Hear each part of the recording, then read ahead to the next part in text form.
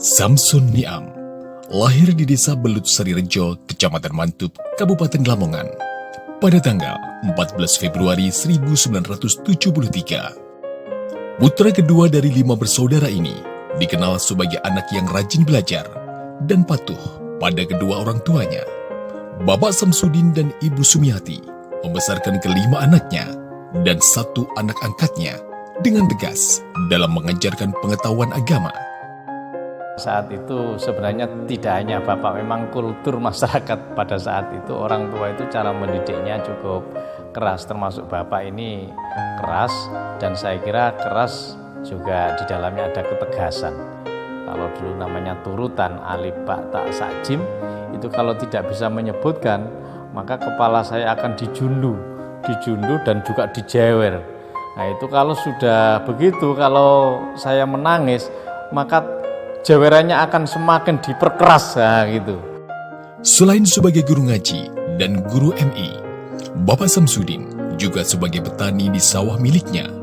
Sedangkan Ibu Sumiati sehari-hari menjual jajanan kue dan juga sebagai penjahit baju.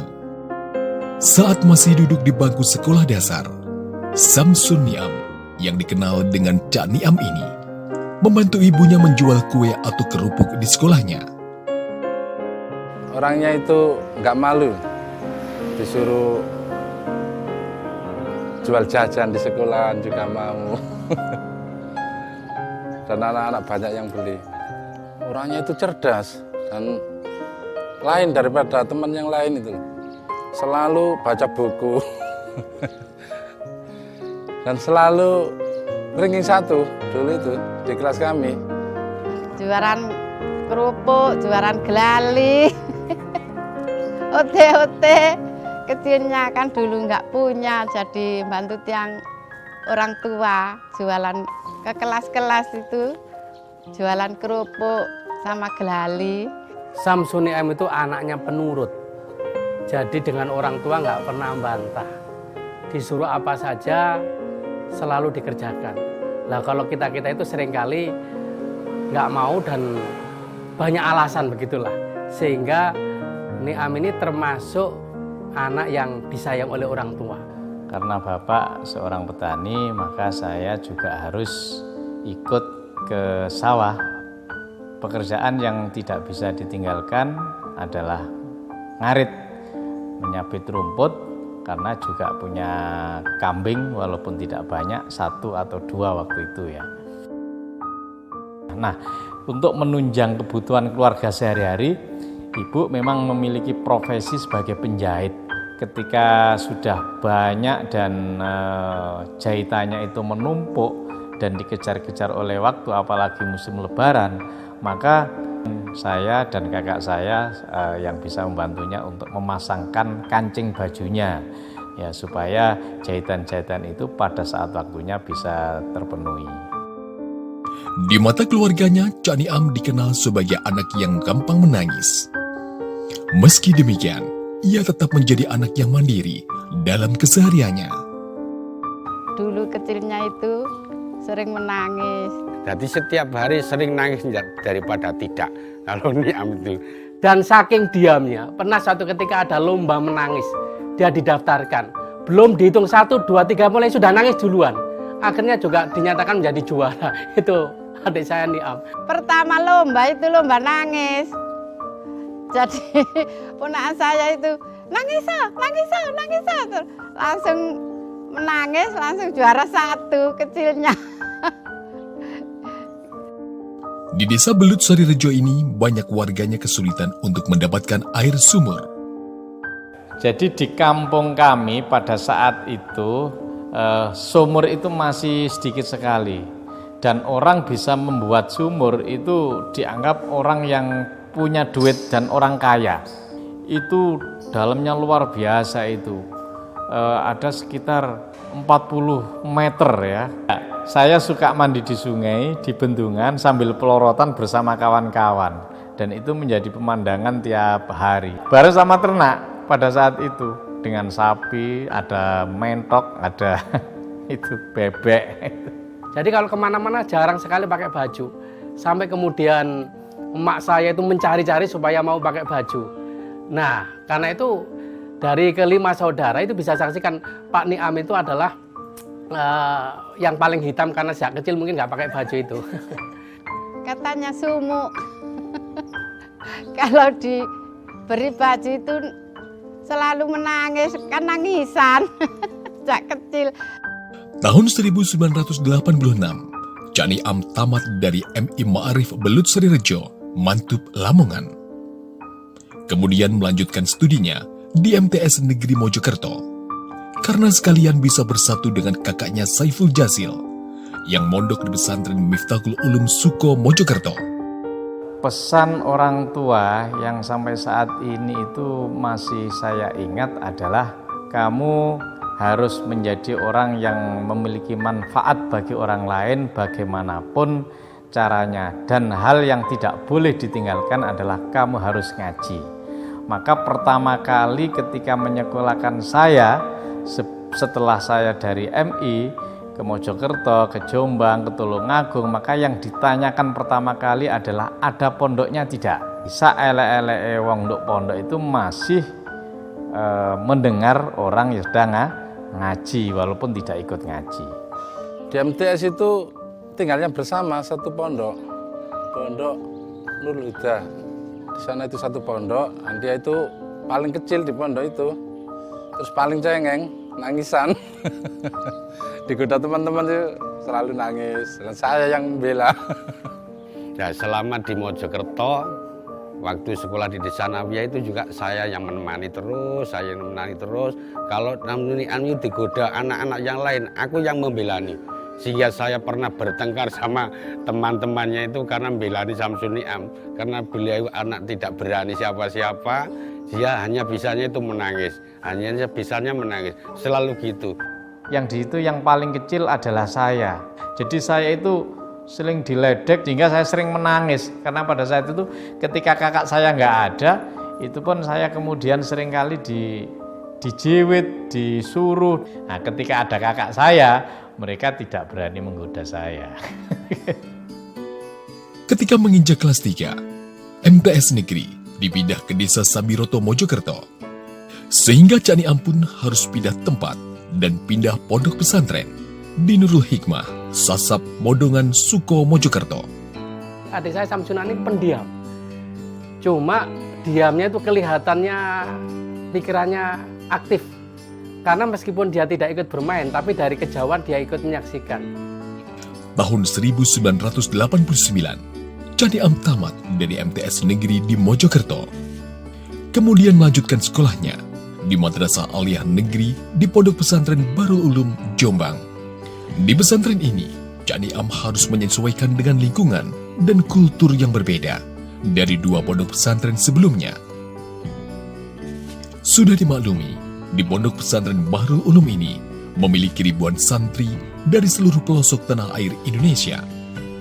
Kemudian di pesantren Tambak Beras itu karena pesantren besar dan ribuan santrinya dari berbagai daerah di seluruh Indonesia, dari Jawa, dari luar Jawa ngumpul di situ, maka yang terjadi adalah kreditnya luar biasa, sehingga membawa konsekuensi pada hal-hal yang lain. Sering sekali sandal, namanya sandal itu hilang, sepatu waktunya mau berangkat sekolah tidak ada, seragam yang sudah dicentelkan di hanger itu kemudian tiba-tiba tidak ada. Itu kemudian sekolah mau pakai apa, wong satu-satunya baju yaitu, satu-satunya celana yaitu. Emak bawa pun kadang-kadang jengkel, tapi diempet. Tapi kemudian saya yang sering menangis ketika saat sekolah kok seragam tidak didapati. Akhirnya karena orang tua yang punya tekad luar biasa dan kakak saya ini juga mendorong saya, maka Anda, kata kakak saya, bapak saya itu akan mengarungi ujian yang luar biasa dan menjadi orang sukses pada saat itu begitu. Akhirnya itu yang membuat semangat. Diberi uang 25.000 sampai 30.000 rupiah itu untuk 1 bulan. Karena pada saat itu beras sudah dibawakan dari rumah. Kemudian karena masak sehari-harinya itu masak sendiri dan minumnya itu adalah minum air kran itu, langsung ngokop begitu ya. Tahun 1992, Cani Am tamat sekolahnya dari Madrasah Aliyah Negeri di Pondok Pesantren Bahrul Ulum Jombang. Kemudian melanjutkan studinya di Yayan Sunan Ampel Tulungagung.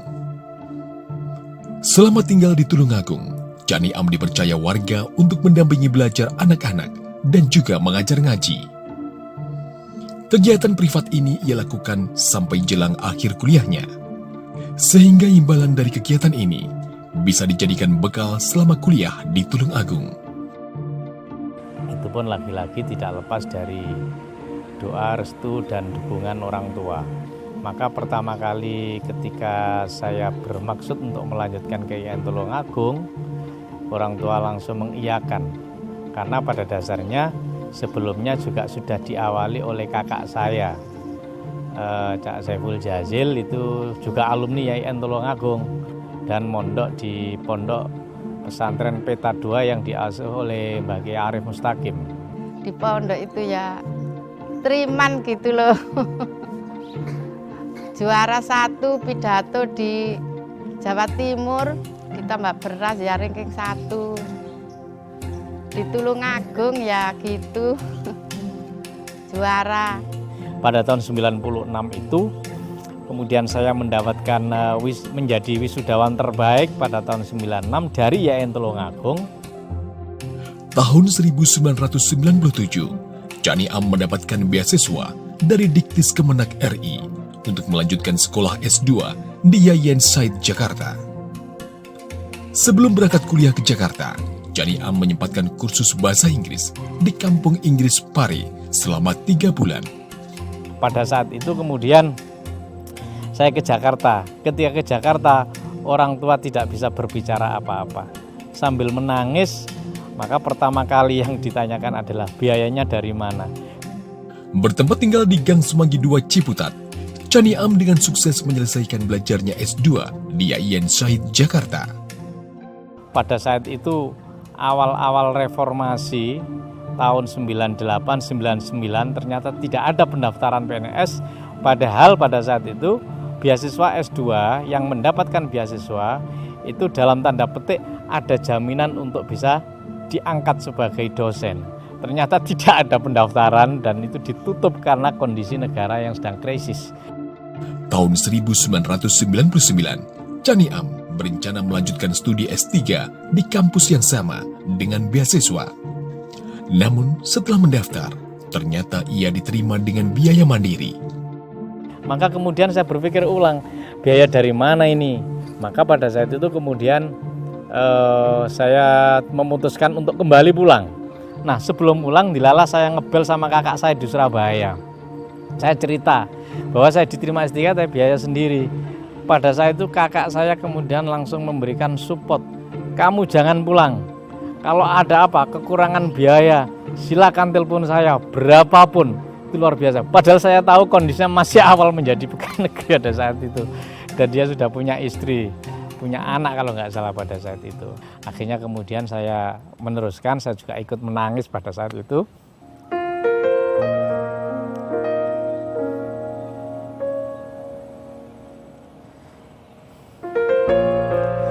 Akhirnya terus kakak saya pulang ke rumah,